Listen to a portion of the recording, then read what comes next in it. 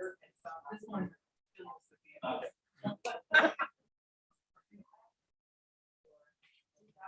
Get out there.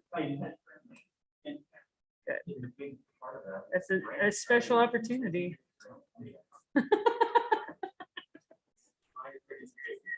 Yeah. It's funny, because obviously we weren't specifically asking about it. And it's kind of funny because even if it was less comfortable, we're like, gotta adjust. I love it. I want you to do it every year. We live a lot. We've lost one. One minute. I'm ready. I got a gavel. I even got a book. Things are getting back to normal. They're winging it. Now maybe I'll know what I'm doing. Just remember to talk in your microphones. Bend your microphones towards you because What happened to our little? they don't pick up very well. Make longer microphones or something? I think Deborah said they're on order, They're so. supposed to be getting some. All right. Go ahead. I hereby call to order the October 7th, 2021 Town of Frisco Planning Commission meeting. Cheryl, will you please call roll? Commissioner Withrow, Here. Commissioner Franken, Here. Commissioner Scupian, Here. Commissioner Gleason, Here. Commissioner Lesnes, absent, Commissioner Tain, absent, Commissioner Stabile, absent. Thank you, Cheryl. Cheryl distributed the meeting minutes from September 6th, 2021. Are there any comments, adjustments, corrections? Move the minutes. All in favor? Aye. Approved. All right, at this time, we will open the floor to public comment. If you wish to make a public comment on anything that is not on tonight's agenda, now is your time. If you are watching online, please raise your hand to make a public comment. And we don't have anybody other than Alan Guerra on Zoom. Great. It looks like there is no public comment, so I will close the public comment portion of this meeting and move on to agenda items. First agenda item is planning file number MAJ-21-0006. A review of the sketch plan step of the major site plan application for a proposed multifamily townhome project located at 318 South Second Avenue, lots 13 through 16, block 24, Frisco Town Site. Applicant Alan Guerra Architecture representing 318 South Second Avenue LLC. Great, and we will turn it over to you, Katie. Thanks, Kelsey. So this is very similar to the project you had at your last meeting, as far as zoning district and size of lot in the same block that that project occurred on. So you are looking at a project that is on an existing lot in the RH district. There currently is a single family house and it would detach some detached buildings. Those will all be demolished prior to the start of the project. The applicant is proposing 5 residential units, all proposed as detached townhomes with individual accesses coming off of the alley, Frisco Street and South Second Avenue. And as you saw in your all of your staff report, the requirements in the RH district are all being met as far as height, density, setbacks, and lot coverage. The lot coverage is pretty close to being maxed out, and so staff will further ensure that is in compliance when it comes back to you for major site plan review. Okay. The project is 4 4-bedroom units and 1 3-bedroom unit. So you can see unit 2 has a 3-bedroom unit. The extra parking space next to that driveway is the required visitor parking space.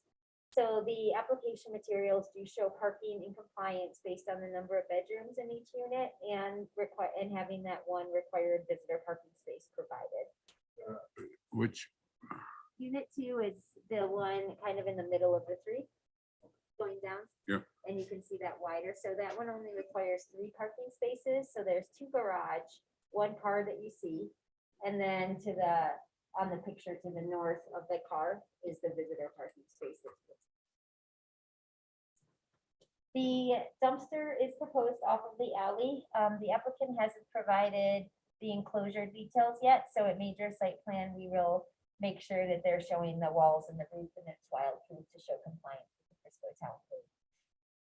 The two waivers are gonna be needed from Public Works to proceed with this project.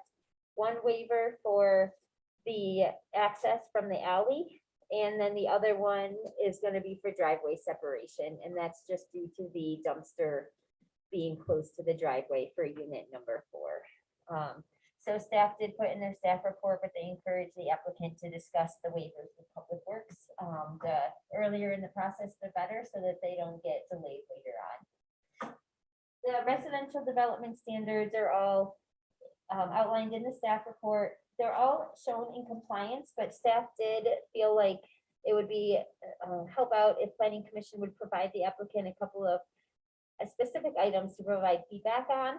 One of them is just the general architectural design. So all requirements are being met, as I said, but if you want to just provide some thoughts you have on the general architectural design of the new buildings, ensure that you feel they are complementary to other buildings while providing a variety of building elements, and also avoiding the duplication of units.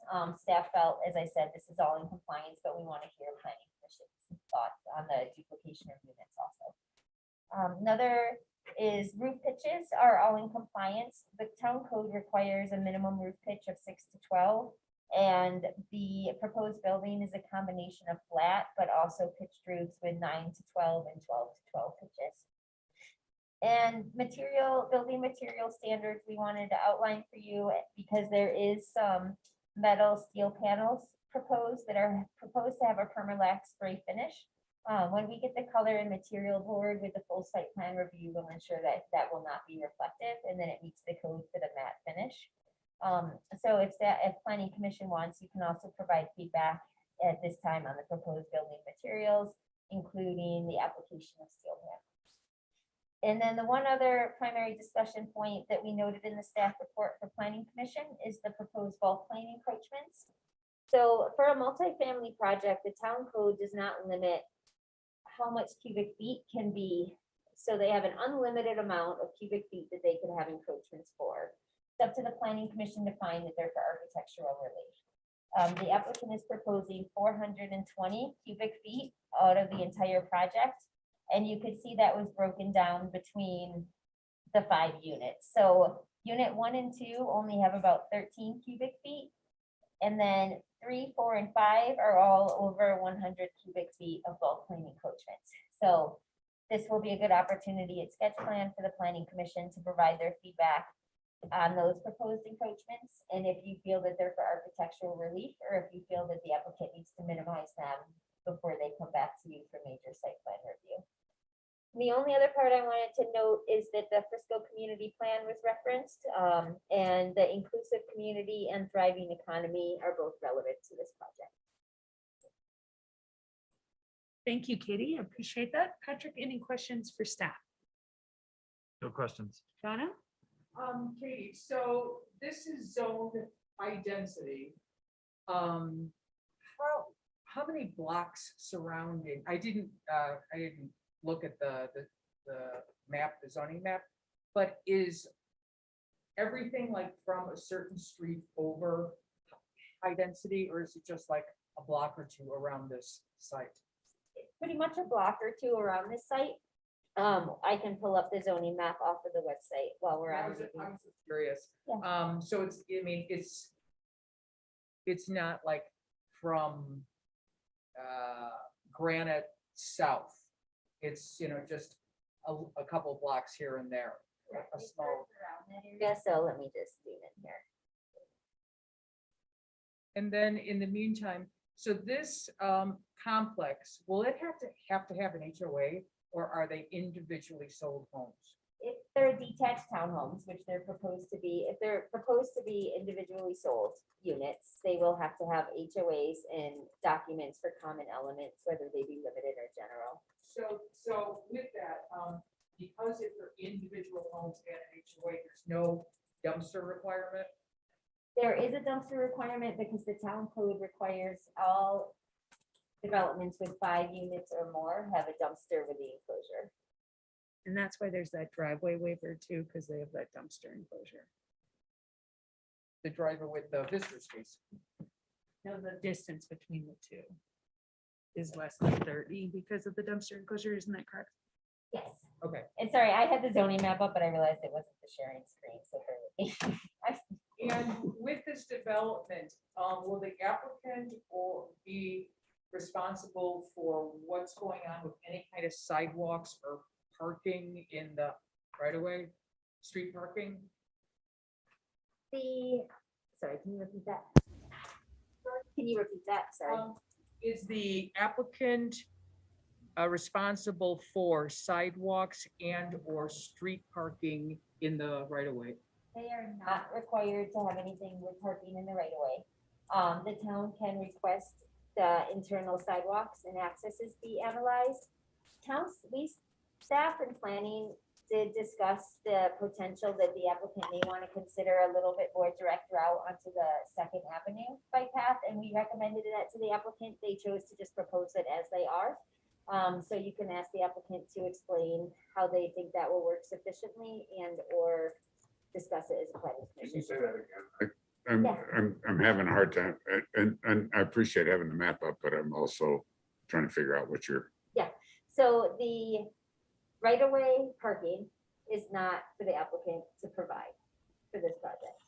As far as pedestrian pathways, on the property, the town can look and make sure that there is access to get from the houses to the sidewalk connections. which is the bike path on Second It Avenue. is the bike path in town. Other projects, how we handled this similarly, such as the one 2 lots over, where there was no bike path, was it didn't make sense. We just said they had individual driveways. They got on their street through their individual driveways, and that was how the applicant is looking at this project. So also remember, the more cuts you have into that Second Avenue bike path, the more maintenance on the town end for that too. I just want to make sure that we're not losing any potential street market. No. Okay. No. Okay, thank you. Questions for staff? To go back to Donna's question, the brown is Alright, RH and 318 is this property? You got it. And then RL to the south is yellow is RL, residential low density. Okay, So you can see it just south of this property, and then it's a block to the, So. Yeah, this is right on the edge then of. Okay, I had a question, but thank you. let's see if I can go back and figure it out. I guess my one question is in the question of, Microphone. we continue to have on our master plan 1.1C, strive to create an appropriate balance between full-time residents, second homes, and short-term rentals to maintain a diverse and vibrant community. And you highlighted that as one of the things that this is fulfilling. Town council has said that they're striving to get to a 50-50 balance. If I read correctly, what they're sort of trying for, remember also, we highlight the ones that are relevant to the project. right? So that you think about them, not necessarily that we're. That you saying, say that Mhm. they're doing it. Yep. Okay, We want you to be aware of the relevant parts of the community plan. yeah, and there's no way for us to know when someone builds a property, what it's going to be used for. There isn't, and it's also unfortunately or fortunately not the planning commission's purview to even discuss that. Okay, Sorry.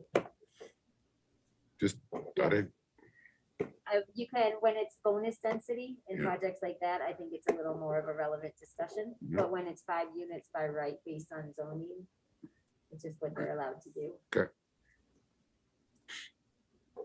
no more questions. Thank you, Robert. My only question is, in snow storage, are decks considered?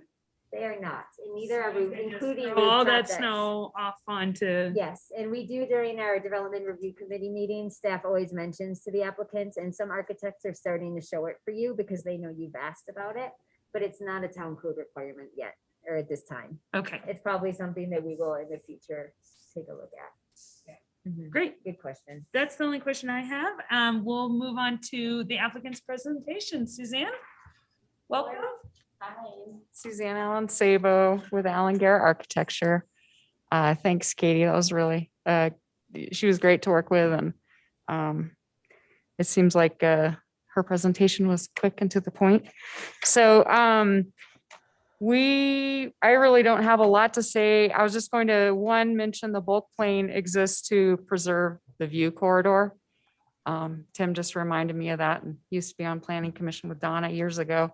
So, but, and I think that the railings we shouldn't be, they shouldn't be looked at as blocking the view corridor. If you do have issues with our bulk plane encroachments, that the roofs, I would say, might be an issue, but they're very small, what's sticking out of the bulk plane. And then I think the railings really, that should be a non-issue, but that's my opinion. Regarding Donna's question, access to the bike path from the houses, we do have that internal path on our site plan that kind of gets everyone over to the dumpster and walks between the buildings. I would think that could connect to the bike path instead of having a bunch of little paths connecting to the bike path. So we'll work on that. And just to say it, regarding, I agree with Robert. I think that, the town of Frisco should have some sort of deed restriction policy. If you have more than 4 units on a site, in the future, we should just make some changes, because we need to start making developers include affordable housing with these type of developments. So it's really a shame that, all 5 of these are my developers online watching right now, but are getting sold to, second homeowners. I mean, there's no way most people could afford that. I mean, maybe there's a first homeowner, but it's probably unlikely. So just food for thought for the future. That's all I have to say. Thank you. Thank you. Robert, questions for the applicant? So tell me how your bulk plane encroachments, especially your large ones, are necessary for the view corridor. Can you show me an example of how that's necessary? Necessary. I think the code was designed so that that buildings didn't block the views for neighbors. So neighboring buildings didn't have projections that were blocking their views as much. I think that was the original intent of the code. In this case, I mean, I don't think they're encroaching very much, but if you feel strongly and everyone else feels strongly that we should modify that, we're more than open to doing that. On 3, 4, and 5, they are, I mean, it is a pretty significant encroachment. And I'm going to be one of the ones that says, I'd really like to see that cut back. Right. I mean, as I've looked at the plans and as I've looked at the designs, I can't really see how they enhance the architecture. So unless you can kind of show me where it enhances the architecture, then. Well, it then- simply mean that we need to push the wall back in, because we want an overhang on our roof. That's what's projecting is the small bit of overhang, basically. So, Yeah. we just need to push our wall plane back tuck it into the bulk plane further. So that's really what we'd need to do. are- Not that they have to be, but are any of these units accessible in any way? They are not actually. This is it's a very vertical design and we don't have elevators in them currently. So unfortunately, no. And code doesn't require it for this type of building. And that was just a question. I hear you though. Um, I don't think I have any other questions at this point. Donna? Questions and then we get the comments. Yep. So my first question is, so what data was used for the developer who lives in Keystone to determine that most of the units should be 4-bedroom? Did he give you any? Yeah, he wanted 3 and 4 bedroom. He's done a bunch of development, between Georgetown, Keystone. And that's just sort of what he wanted. He came to us and said, I want 3 and 4 bedrooms, 4 is preferred. So we fit 4 on, 4 of the buildings, but 1 we couldn't fit 4 bedrooms in. Okay, and then there's 10 feet between the buildings in most of the locations. Is that gonna be enough light to let anything be able to grow landscape wise? Very narrow. It would be definitely low sunlight type plants for sure. I mean, I think some things would grow. It's not like it's completely shadowed 24/7 every day of the year, but it's, and in the summer you have to think the sun's higher in the sky. It's So Yeah, just a consideration, going forward. could actually, yeah, definitely. It's definitely a little tight in there. And I think that we could do some solar studies and show that to you as well. My only questions. Okay, I'm just gonna kind of go through these in no particular order.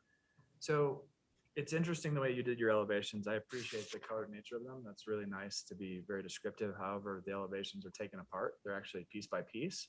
And the only thing that shows it all in conjunction are the overall perspectives. So when I look at the overall perspectives, maybe we could bring those up real quick. Page 3.6. And it'd be super easy to do street view. You're right. Right, so it's fine, but what I see is, okay, so the low slope roofs that are the 112s. I'd like you to talk a minute about the snow mitigation strategy on those, because I see it as a parking lot. And then I also see some conditions where some roofs are gonna dump onto the neighbor's property. Like roof A sheds onto roof B, but technically if somebody owns one surface and somebody owns a different surface, can you just talk a little bit about So, snow mitigation? And I mean, we there's have, 3 spots where that might happen. could you just So point let's those see, On out? the screen, if we go to the top one, maybe not isn't the best one. Yeah, top drawing, left side, the low slope roof that's in the middle of the project. Go to the left, dark roof, there, park there. So that 112 looks like it dumps back to me onto that back deck. I can't tell if there's a gap there between that back deck and this shedding roof. So, I mean, with the 10 feet between the buildings, roofs shouldn't be shedding from one building to another. Okay, so it's there, so there is a gap there. Like I said, Yeah. with the way you set up the elevations and on the Yeah. sheets, it's hard to tell I agree. what's between what. Yeah. We should definitely show street views. I agree with you. It's the composite. But yeah, so the roofs, and they have small overhangs, the roofs, it's 2 feet or less, basically. So we should have enough space there that snow can dump off of one roof, but basically we're walking between the buildings. So we're going to have, and it'll be on the next set of drawings, but we're going to have a gutter system. We're gonna have to have downspouts. We're gonna have to have them heated. It's gonna be quite the system to a dry well, because we don't have enough space or slope on the site to actually, they wouldn't ever hit grade. So the plan is not to just let it sheet off, Yeah, totally. right? And then, Totally. Of course. you have Yep. to deal No, with it. someone could die. That's It'll a cover life 30 safety issue. windows on a good snow day. Yeah, that's definitely a life safety issue right there, especially with metal roofs. I mean, it's, Cool. Sounds like it's on your radar. yeah. Let's see, shedding snow. Can we go to the site plan for parking unit or for unit number 2? It's the one with the bonus Visitor? slash visitor parking spot. A tough one. So, you know, my design sensibility tells me this doesn't work. I Agreed. don't know how you get the second car that's not illustrated into or out of the garage where the unit 2 label is. I guess when I look at this, is there a way that you could, I'm not in the suggestion business, but change where your curb cut is so it addresses the garage proper and that the pull off is to the side instead of the other way Yeah. around? Yeah, I mean, our, Doesn't our look like that parking spot problem works. there, our problem was A, we're trying to save those trees. B, we were trying to maintain the 18-foot or less width that's required by the town of Frisco outside our property line Mhm. between there and the street. Can you But send I mean, me the other spot, I mean, give me your feedback on this. The other spot I was looking at for visitor parking was to the right of unit 5, to the east there. I just feel like that might be a better spot for it, but just not, so that there's not so much paving right there on Second by the bike path too. Yeah, I mean, fundamentally, right, the person who owns unit 2 is gonna wanna be able to get 2 cars for sure in and out of the garage. Yeah, And I cannot see making that no, radius. I agree with you 100%. Yeah, right now it doesn't work. You know, if it ends up on 5, I mean, it's kind of. Andy you said, know the drill, Andy but- said you would know. He's like, he's gonna pick up on that. I was like, yeah, I know. He's going to pick up on that for sure. And then my last one in the question column was just the column support. So are those painted steel or are they timber? Excuse me, where? Column supports for your roof overhangs, are they timber or are they steel? Mostly timber, but we do have some steel braces. We have some steel posts on occasion, but mostly timber. Okay, cool. That's it for me. Thanks. And just so you guys know too, this wasn't really explained to anybody and maybe even you don't know. There's an electric, Excel's required us to put a transformer in on the corner of the property. It's up in the northwest corner. And we'd love to add trees on that corner, but they're keeping us 10 feet away with any trees. So if you look at the landscape plan, there are no trees on that corner, which is a real bummer. And if we can figure out a different way to do it, we will. But right now, that's kind of where they want it. And they're like, God, just have to say yes. My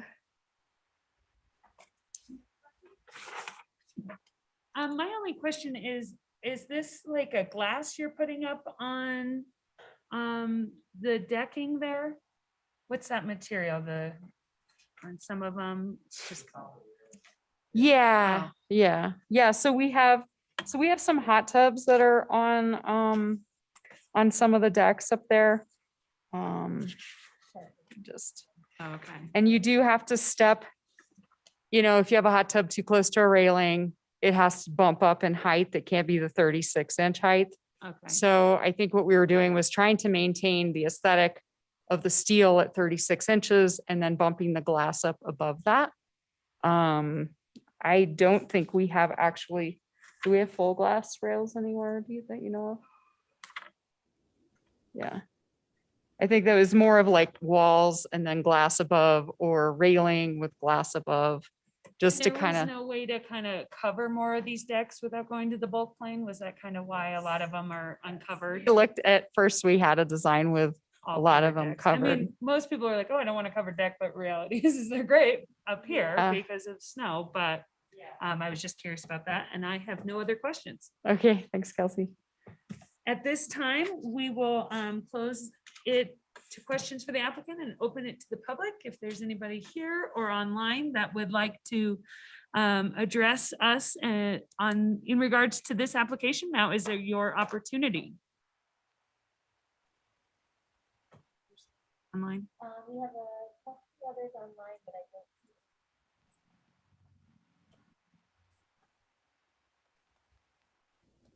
Great. We're going to close the public comment portion and move on to discussion and comments.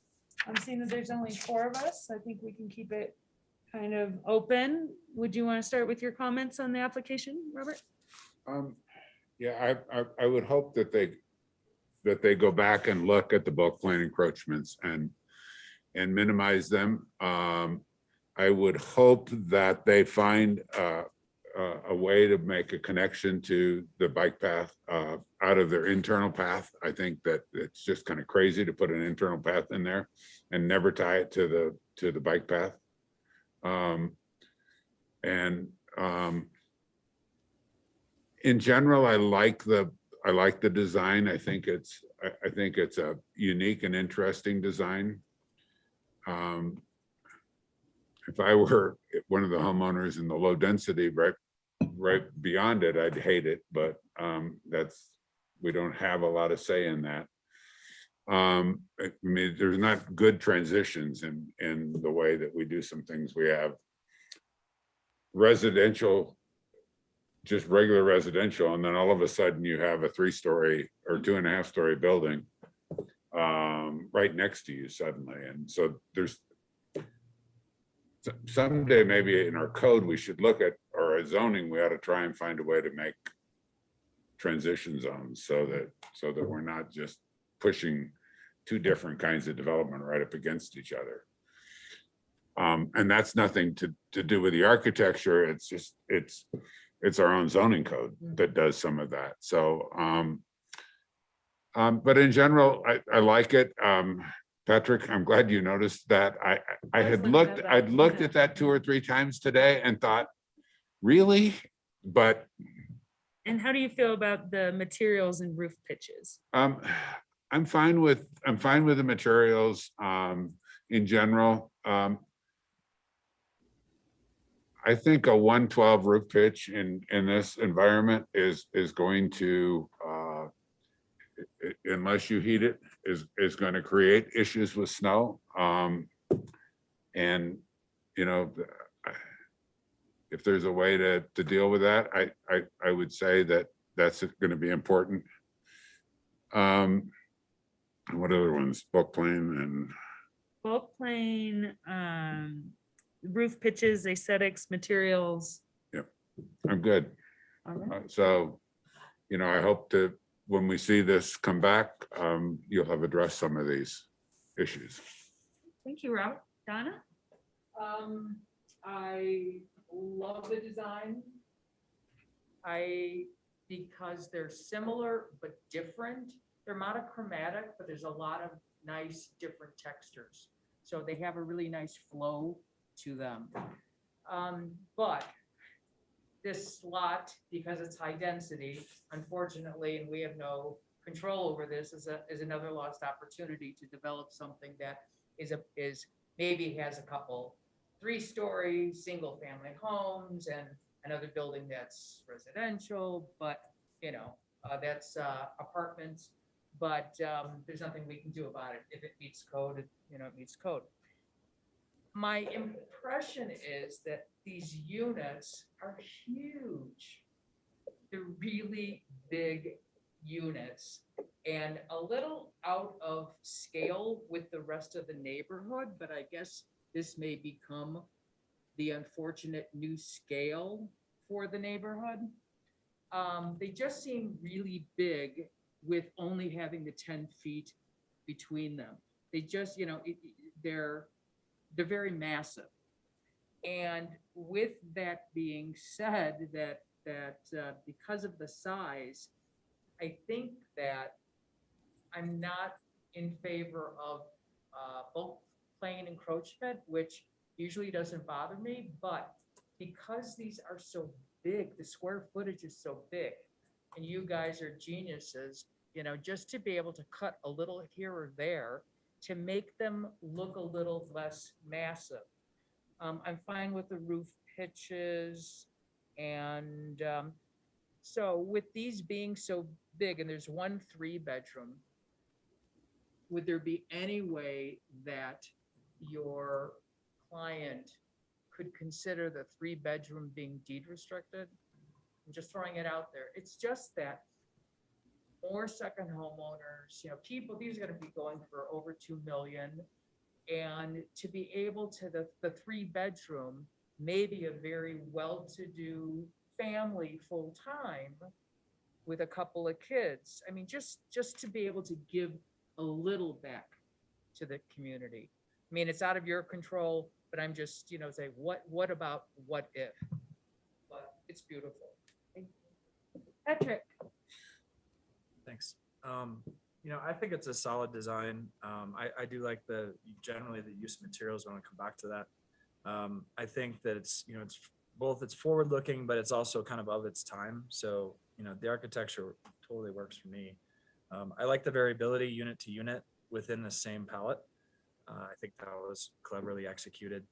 We talked about roofs, ultimately, we're not here to judge whether a roof's gonna fail or not, as long as it's not dumping onto the neighbors and you guys have adequately addressed it. I do know that this will be a hot roof, and it being metal, that gives some degree of a shot at it. But you'll have to mitigate. Let's see, what else? So the metal panel issue, I kind of have a problem with as follows. There is mill scale and there's mill scale. So steel can be many colors, as you all know, and some, even though it's not shiny, can be quite bright.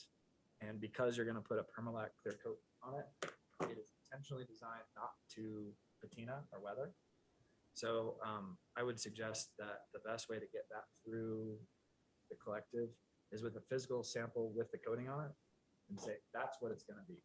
Because there's nothing worse than saying in a picture like this, it's going to be kind of like that, and then it goes up and it's bright, and everybody There's throws one it. more question. So physical sample is good stuff.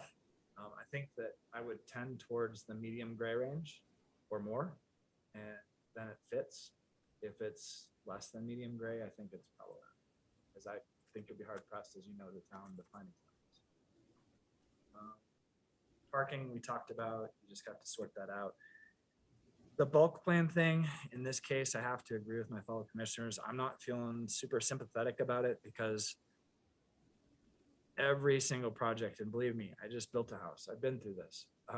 You're trying to work the three-dimensional puzzle to get every square foot in there. But in this case, it's 5 units, and it's just more dollars for the developer. So I feel like there's always a way to twist the Rubik's Cube just a little bit more to tighten the screws. So I would encourage you to push back on that. Yeah, that's it for me. Thanks a lot. Great. Back to you, Robert. I have one more comment, and we didn't talk about it in questions or whatever. The town is really working towards sustainability. And I don't see solar in any of this. And I would hope that as you come back to this, that you might consider either putting solar in or putting it solar ready. I mean, I prefer to see solar in it.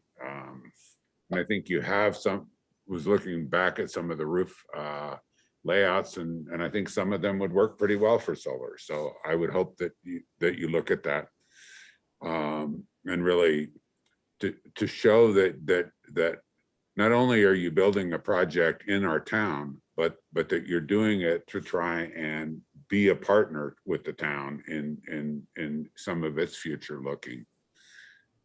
So that's my additional comment, and sustainability, hopefully in everything else you're doing, including the kinds of windows and energy efficiencies and those kinds of things. Great comment. Agreed. I think this is a really pretty project. I think it looks different enough too from the project we just saw on Third Avenue. A very similar concept that whole block is kind of going to be these standalone townhomes. So, I mean, I struggle a little bit with the entire character of a block being shifted over in a decade. And that it doesn't feel like it matches the next street, but I think the look of this is really great and complementary to the development on the other side of the block, but different enough. I agree that these are big, and we could probably just do away with, I can't get behind that there's architectural relief on railings sticking into the bulk plane, that we could tighten that up. And parking is a problem. It's going to become our problem, and that driveway is not a solution to the visitor parking, in my opinion. I think we have to find the other spot for it. But overall, I do like the materials. I agree with Patrick. I need to see what that metal looks like. I drive by a newer project on Pitkin all the time, and I liked how dark it is. And now I'm starting to be like, is it too dark? With their metal accents and stuff. But, I really think you've put a lot of effort into this, and hopefully it will still feel bright and airy when it's built. And I think addressing that bulk plane, you know, we'll put Andy on it. But I'm really excited to have you guys designing it. You do great work, and we look forward to seeing you next time around. Awesome. Is there any other comments at this time? No. Great. We will close this agenda item and wish you luck and look forward to seeing you soon. Thanks, see you guys soon. Any updates for us, Don? Well, if you have not heard, Bill Gibson has an update that I'm sure he would like to come up to the podium and share. We have not heard. Well, We Drop the have not mic. heard. literally, yes. My last day here at the town of Frisco. So I told you. I guess they haven't heard. they have, I've accepted a job offer over at Eagle County and we'll be working over there soon. So it's been a pleasure. Thank you all. Well, congratulations, but Not a loss, but congratulations. Thank you. When do you start? Tomorrow? All right. Little time in between. He gets to be unemployed for a couple of weeks by Yep. choice, which is kind of cool. Enjoy being unemployed for a couple weeks. Thank you. Congratulations, but man, who's gonna answer all my millions of questions? I know how to get a hold of Bill. I already told him I'll be contacting him daily. I'm just gonna email you. Bill. Bill, I wish you the best of luck. I was It's wondering just- what the cupcakes were, but you know, There you go. We're gonna throw they're sad cupcakes. Aw, big boy. Appreciate it. Thank you.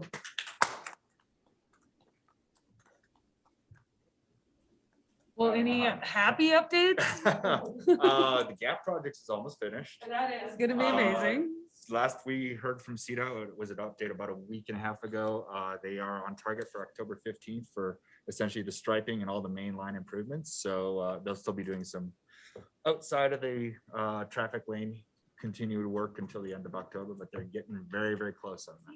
A couple of times that I've gone through that intersection, all that we thought was going to happen with the bikes and the traffic and the pileups at that intersection trying to cross has come true. It's just, it's a nightmare when I go by there and look at it. And I think, or I guess what a couple of things. One is the light. If you've probably noticed that the light timing is really long right now, so you get more and more pedestrians than would normally be there. So I guess what I would suggest is let's see how it evolves and work with CDOT as it evolves. Once the barrels are all out, all the traffic control devices are all out, it's striped and the timing signal is back to normal, or the signal timing is back to normal, and see how it really works. I understand and I share the concerns. That was actually a hot topic at our Complete Streets outreach session. And Susan, if you'd like to give an update on the Yeah. Complete Streets, then that would be a great time. Yeah, thank you to those of you guys who were able to make some of the design charrette and the presentations. I know. Okay, so I recognize that. If you haven't yet, there is a presentation online or a video of their final presentation, the final presentation of the charrette, I should say, is on friscocompletestreets.com. So if you want to check that out, you can kind of get an idea of what they heard over the 3-day design charrette, what the feedback they got from community members was, and then what the potential scenarios, potential solutions were. And so all that's on there now is the video. By the end of next week, we anticipate being able to put up all of the slides. They've refined their design scenarios a little bit. So they'll put them up and have a means for you to go in and comment on the different design scenarios. So I'll of course email you when that goes live, but we're hoping next Friday. The presentation was worth watching. We were here and it was really well done. Thanks. Yeah, I think they did a really good job. They talked to probably 100 people over the course of the 3 days and really spent a lot of time walking around our street network and thinking about how people move through the downtown area. And I think they did I think they kind of nailed sort of some really significant. Are they still doing Solutions. traffic studies? I keep seeing the little ropes in random places or. We just found out today that they're actually doing a bridge study, I guess, annually, CDOT Yeah, so surveys this is all the a bridges in state town. Contract, they have to do a bridge analysis and review and make sure the bridges are, and rate the bridges, making sure they're safe and stable. So this is a CDOT program that a consultant does. It's run through the state completely. The traffic counts are there to make sure that the bridges are adequate structurally for the traffic loads. that they So get. road bridges, not the couple pedestrian bridges. Road bridges only. And what's happening at the gap, like when you're headed towards I-70 and it looks like there's now a bike path from that roundabout that goes down, but it doesn't really go anywhere? Is it On like, the roundabout, which one? like, so if you're headed towards Interstate 70, so On the summit? yeah, you're coming into that new roundabout? Oh, so from, like water dance? Yeah, Yeah. there seems to be like a little mini bike path down to the old bike path. Yes. Is so- that what that is? Yeah, as part of the GAP project, they're putting a rec path, an asphalt paved path on the east side of Highway 9 from Water Dance all the way down. Oh, Oh, no, okay. I'm sorry, not all the way down. It dropped, that connection drops down to there. So rather than taking the rec path around the sanitation district property, it'll connect back up to the one and go along the Will they highway. both be there or are they gonna remove the They're back? both gonna be there Oh, still, at cool. least that's the current plan. Interesting. And then there'll be a sidewalk. Sidewalk As on the well? west side of the road heading past Frisco Bay Town. Will that be completed this summer? I believe so. I think that's some, the outside of the mainline traffic that they'll be hopefully completing by the end of October. Great. What I noticed today, I was at Abby's Coffee, and so now Main Street's asphalt, has black asphalt. Then coming up with Summit Boulevard, you've got the new turning lane, which Mhm. is gonna be just in my opinion, problematic. But what's weird is the Main Street is black asphalt. And then you have this little curve, and parallel where the park is being extended is black asphalt. And so let's say in the winter or, that's, people are gonna be coming off of Summit Boulevard, making that turn. They may not even see the little bit of curve, and I'm concerned that black asphalt to black asphalt, if that new bike path is there, is it gonna stay black asphalt? It's really confusing with the street. It is, I understand what you're saying. I think once it is landscaped, there is I believe a 3 or 4 foot section between the curb and At the corner at the is corner. right, but as soon as you turn the corner, it is street, curb, and bike path. There's no separation. Main, okay. Yeah. Yeah, I guess we'll have to take a Yeah, I'm look at just that and see how I'm that just, works. you Yeah. know, Thinking ahead, pointing it out that from a safety, I'm just concerned because Sure. it's black. And the They don't street's black. want, but we probably don't want them to use the same orange that they used on the bike path towards the dam road Oh, when they repainted it this summer. It's pretty. very vibrant. Well, and green is actually the new standard for a lot of these paths along the sides of roads. So, Yeah. but it's a whole nother aside. But certainly that is something that we'll continue to observe, all of these I'm things. just, like I said, coming off of Summit Mm-hmm. Boulevard, I'm just afraid that someone's, they're gonna just see black and, I feel bad for the plow drivers who turn onto 8th now. There's like 22 medians. It feels like, why they put so many medians on 8th? I don't know. Pedestrian safety. So that's how you get pedestrians across a roundabout. So I guess that makes sense. it's going to be a little bit of a learning curve and a learning process for all of us as we get used to both traveling through it and walking and moving around with our bikes. But I think Excited. I think it's actually going to be a huge improvement for all modes of. We both use 8th Avenue, so I'm excited about it. It's just, it's fantastic already. Than it is, than it has. Oh, Been. yeah. It already is. It's a. I think we Whoever will. lives there probably hates it, us, but It's not bad, but I mean, when the school gets out and everything, it's dangerous. There's no way to get them to go, kids live in Silverthorne too. And so it's Yeah. really helpful. I I think, no, the roundabout is a huge improvement. I think we will have to see how the intersection of what comes off of the highway and connects to Water Dance and 8th Avenue. That intersection, we're gonna have to monitor a little bit because just seeing how people come off the highway now Yeah. and into that, I think we're gonna definitely have to monitor that and may have to do some additional traffic control measures at that location. But again, it's a it's gonna be a little bit of a learning curve and see how everything works. I'm really excited the wing off the highway is gone, so that way people aren't coming 35 miles an hour onto Main Street like they have in the past. So right there, that's a big improvement from in my eyes. I just am like, are they backing up? I still can't conceptualize where the roads are with all of the. Striping will wayfinding help in and- about a week. Yeah, I'm like, what is this? Is this a 3-lane now or is this a 2? Yeah, so I still don't have a good conceptual. Are we gonna idea. have, are they gonna do any, they're not, I think we talked about this last time, so there's no Sharrow that's gonna happen on Main Street at Highway 9, right? No Sharrow or crosswalk. No, for bikes.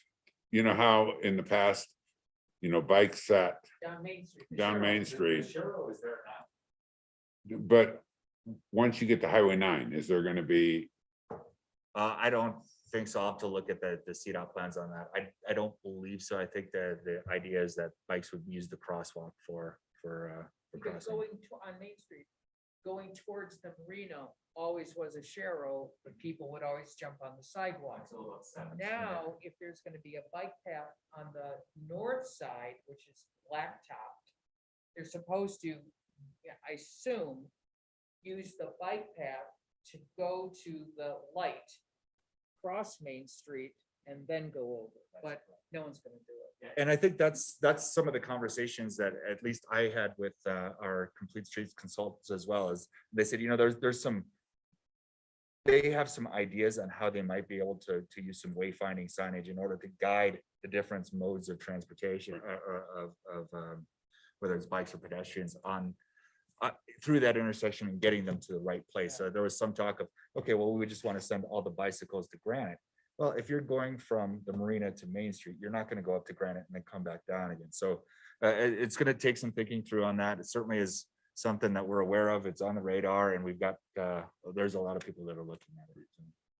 Any ideas that you might have on how to better manage that? We'll certainly take that. into well, I certainly consideration. find the idea of back in parking on Main Street fascinating. Mhm. Which is one of their suggestions. What do you mean? I brought that. Is- up is- years ago. is What that is you- like- You have to like watch the video parallel? on the website. You like watch that? the video, you reline it, and instead of, And in Denver, your Trader Joe's, right? Yeah. They all have, I was gonna take a picture of it. And, I suggested it years ago on Main Street, and it was like, yeah. it would make. They're like bike- crazy Donna again. No, out yeah, here. there's another crazy idea, It but it would they make biking have safer. it block after block after block in Denver, which, I think it's great. Just like roundabouts, back in angled parking has proven more safe. Yep. Than the standard intersection or front in angled parking. Yep. I think it would be a fascinating experiment, and that is something, one of the recommendations that may come out of it is, do we try to do this on a basis and see how it goes? So that full report is expected to be done in February. We're anticipating coming to the Planning Commission on January 20th for a presentation by the design team, and then followed by a presentation on the 25th to Town Council. And So what that would help on Main Street, so people just don't whip around and park.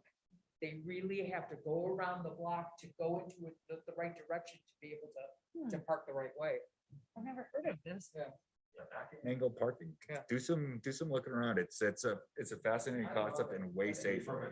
From a time perspective, it's a question about whether you're gonna spend the time looking behind you and trying to back out of a parking spot, or whether you're gonna back into a parking Yeah. spot. So with all that said, I just seeing how people are unable to get between the lines when they're front in angle parking. I have Little hope. but I'm gonna be positive. Yeah, no, but think about this too. Cars more and more cars have, had back rear Yeah, cameras. yeah. So it could be easier. Which I love mine for backing out on Main Yeah. Street so I can see the bikes before I hit them. Like Yeah. before then it was like inch and, Yeah. okay, oh, shoot. So that's Complete Streets. I think I would encourage you to familiarize yourself with what they're presenting and what they're proposing sooner so that you can, make your comments and have your input. Are they ever gonna build, FleetStreets.com.